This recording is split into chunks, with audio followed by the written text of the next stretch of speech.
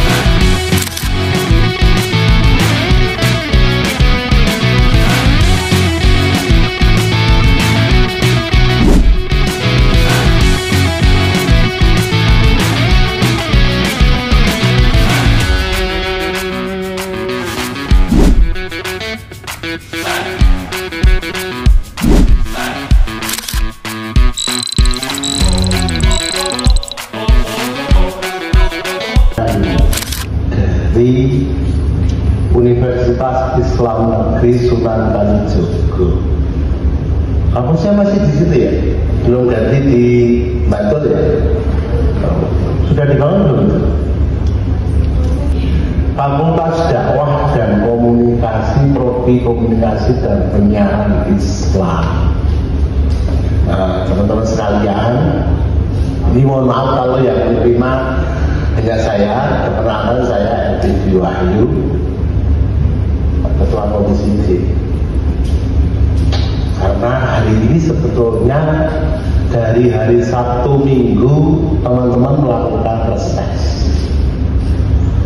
Jadi nanti habis ini saya sudah reses. Resesku di Ujan-Uju. Karena saya tidak tahu kota. Nah, oke, dari teman-teman ada yang mau disampaikan, terus kita diskusi. Itu saja ya. Kita mau berapa jam? Saat cukup ya. Oke, terima kasih. Selanjutnya saya berikan waktu sepenuhnya kepada perwakilan. Silakan.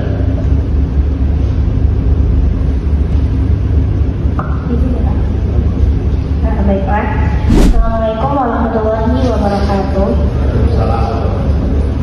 Selamat pagi, salam sejahtera bagi kita semua. Puji syukur kita panjatkan kehadiran Allah Subhanahu wa Ta'ala, karena berkat rahmat dan karunia-Nya kita bisa berkumpul di tempat ini. Puji syukur kita panjatkan kehadiran Allah Subhanahu wa Ta'ala.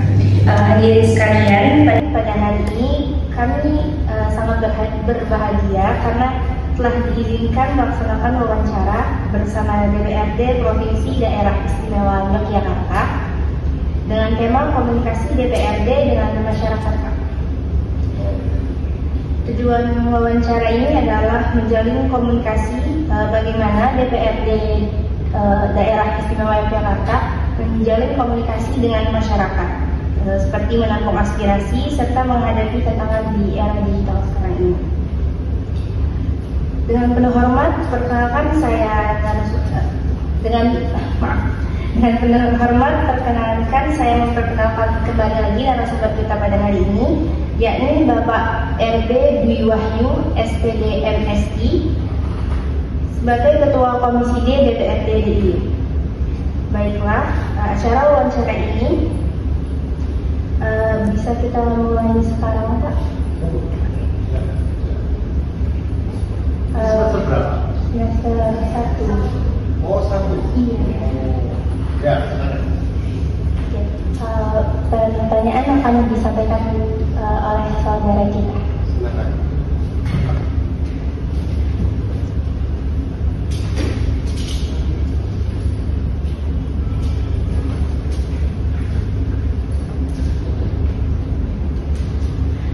Sebelumnya, perkenalkan, saya perwakilan dari teman-teman dari kampus UIN Sunan Kalijaga. Perkenalkan, saya Fina Hizma Fauzia. Ingin bertanya Bapak, bagaimana strategi DPRD Provinsi Yogyakarta sendiri dalam memastikan komunikasi berjalan dengan efektif?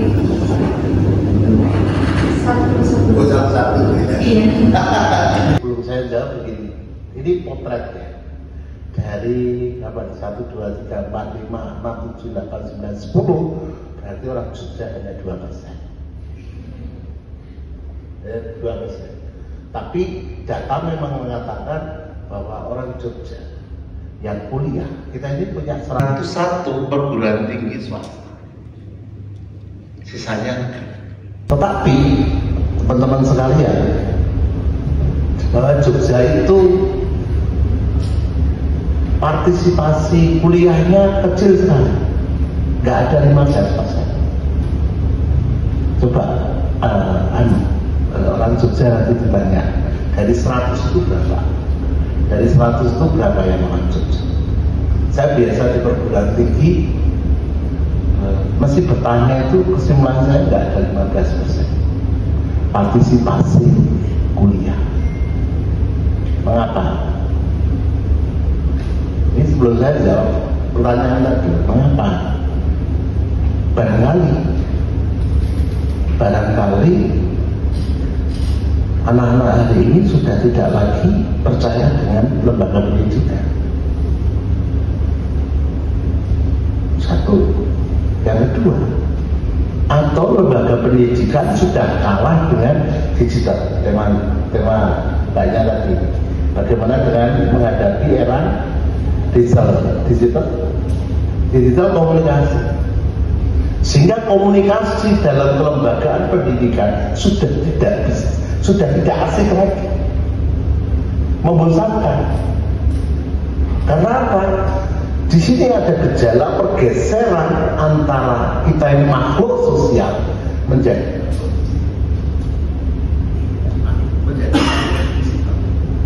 kok mati belum bayar. Jadi makhluk sosial ini pelan-pelan sudah bergeser ke makhluk sosial. Mengapa? Karena hari ini menjadi sumber kebenaran. Digital hari ini sudah dianggap menjadi sumber kebenaran. Barangkali kalau Pak dosen kalian ngomong A, pasti kalian mengklarifikasi di AI, di ChatGPT, di Google. Kalau tidak sama, pasti justing. Pengen justing kalian pasti dosen kita goblok. Betul. Karena digital ini akan menjadi kesimpulan final untuk mengeluarkan sebuah statement dan kebijakan. Maka hati-hati. Kalau ngomong komunikasi tadi, asal berbicara kepada tema kalian ya. Bagaimana komunikasi ini dan menghadapi era digital. Selanjutnya adalah ketika komunikasi di era digital ini pasti ada pergeseran peradaban. Ada pergeseran peradaban. Yang kalian sebetulnya punya latar belakang peradaban sendiri-sendiri. Di Bogor dan di Palembang pasti berbeda. Di Bengkulu sama di Jawa pasti berbeda. Bahasanya berbeda. Ada filosofi komunikasi dengan bahasa pun berbeda. Di Bogor dan di Palembang pasti berbeda. Di Bengkulu sama di Jawa pasti berbeda. Bahasanya berbeda. Ada filosofi komunikasi dengan bahasa pun berbeda. Betul kan? Nah, orang Jawa saya kata, orang Jawa itu memakai bahasa Jawa, bahasa yang stratanya puncak strata, sehingga kosakata orang Jawa, bahasa Jawa itu kosakatanya mungkin tidak ada yang menandingi dari bahasa di dunia. Ada kata dan kata untuk siapa itu ada perbedaannya. Maka orang Jawa sebetulnya pandai memilih kata dan kata untuk siapa. Dan sebetulnya di latar belakang kalian ada bahasa ini cocok untuk siapa dan tidak cocok untuk siapa. Begitu. Kalau orang Jawa itu mau makan aja banyak sekali bahasanya. Ada mangan, nguntal, gaglak, ngekek, dahar gitu. Betul kan?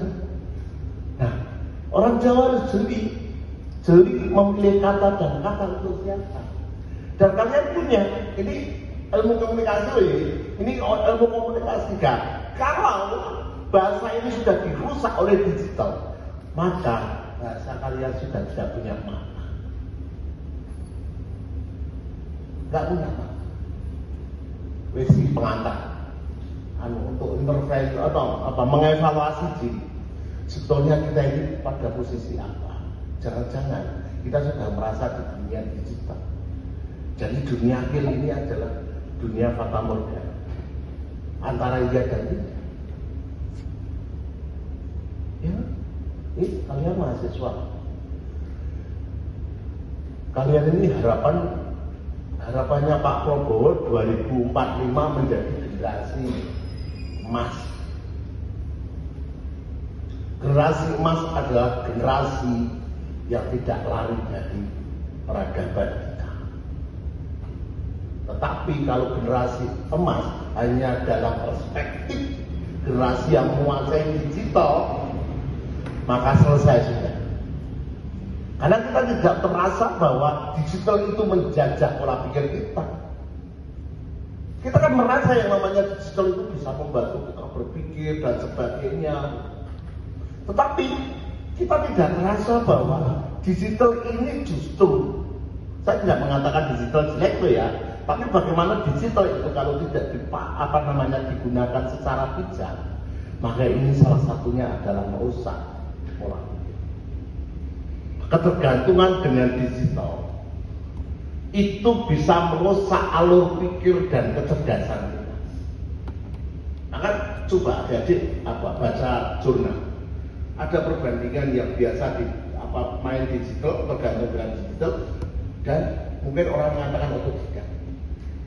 Maka di generasi kalian itu membaca pun sudah tidak lagi asik membaca, literasinya kurang. Ngapain? Harus berpikir panjang. Kalau langsung tanya AI sudah ketemu kok. Begitu kan?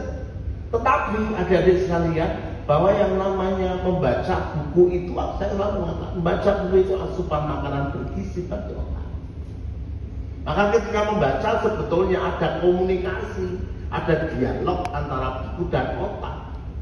Oh, dari tahun 60-an kan sudah ada ojek, ya kan? Maka ada ide supaya komunikasinya lancar, memakai aplikasi. Jadi aplikasi dulu apa ojek dulu ya? Ojek dulu. Maka saya mengatakan yang namanya digital itu bisnis. Kesimpulan saya adalah jangan kalian itu dikuasai oleh digital tetapi Anda harus menguasai digital. Kalau Anda dikuasai digital ya sudah. Yang kalau saya mengatakan AI ChatGPT, Google bukan punya kita, Bos. Bukan punya kita. Kita ini kan selalu membenci, oh Israel itu bla. Setiap menit kita menggunakan produknya dia. Gak terasa kan? Nah, kita ini kan memang bangsanya kadang-kadang munafik kan. Munafik kan. Wah, kita harus begitu. Harus samping produk. Gimana pagi-pagi Anda kalau minum dari air sumur gak mau pakai aqua, maka aku punya kita. Habis itu kita WA, memang punya kita. Ya kan?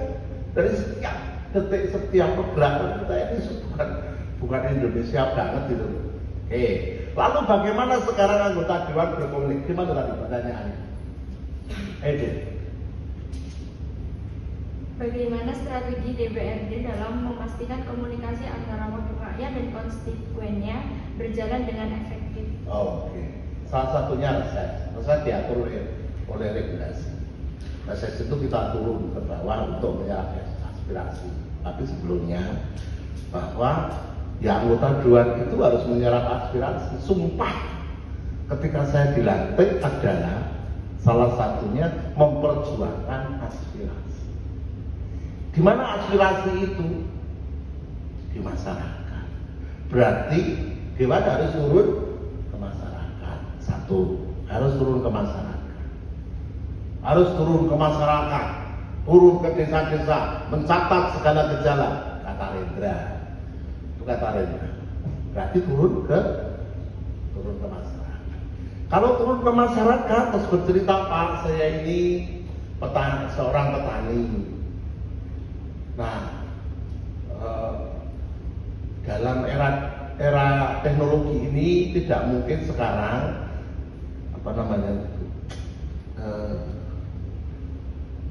pada saat itu membajak sapi. Sekarang sapinya sudah nggak kuat lagi, berarti pakai teknologi. Bagaimana Pak teknologinya?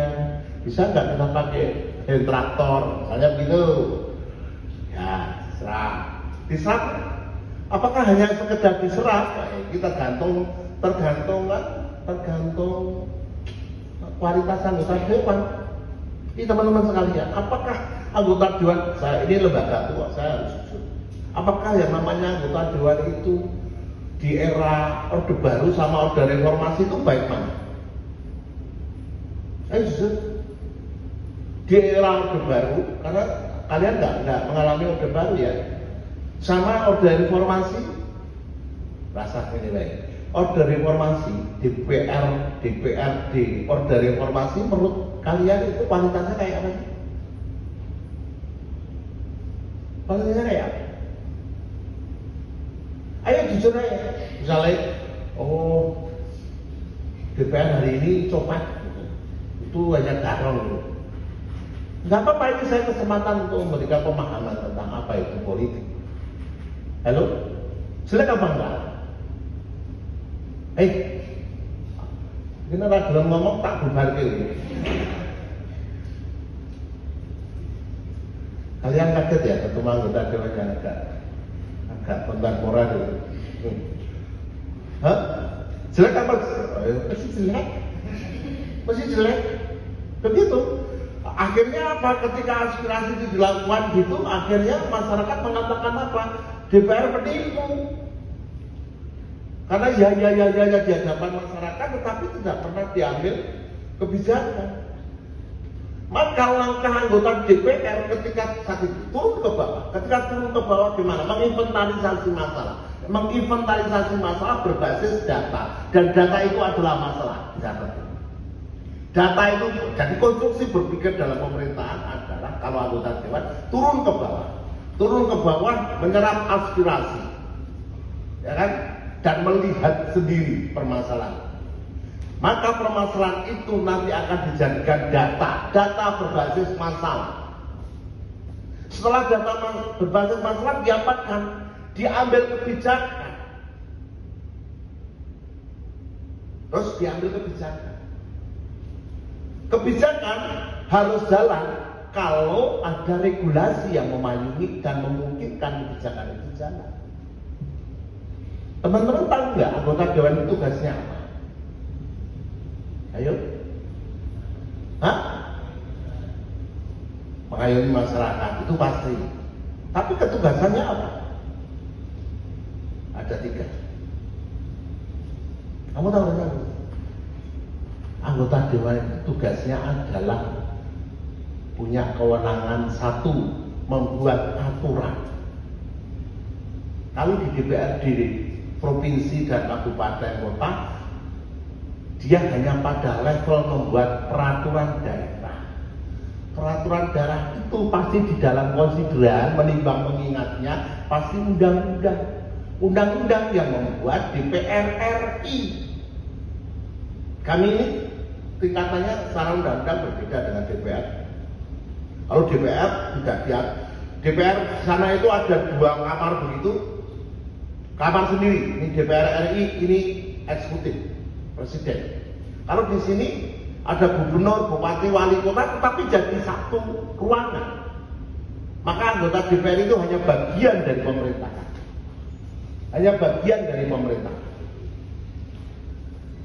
Atau di dalam mana? Di dalam Undang-Undang 32. Bahwa DPR provinsi, DPR kabupaten hanya bagian dari pemerintahan. Maka standar gaji pun harus menurut gubernur. Supaya kalian tahu, gajinya banyak. Berbeda dengan DPR. Dan mindset itu ada di adik-adik. Mengapa di sini? Dan itu belum tentu itu memberikan informasi yang benar, belum tentu.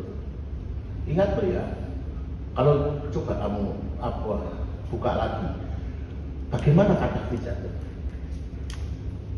Bagaimana kata bijak? Karena digital. Ada informasi bahwa yang dilakukan oleh CIA. Harus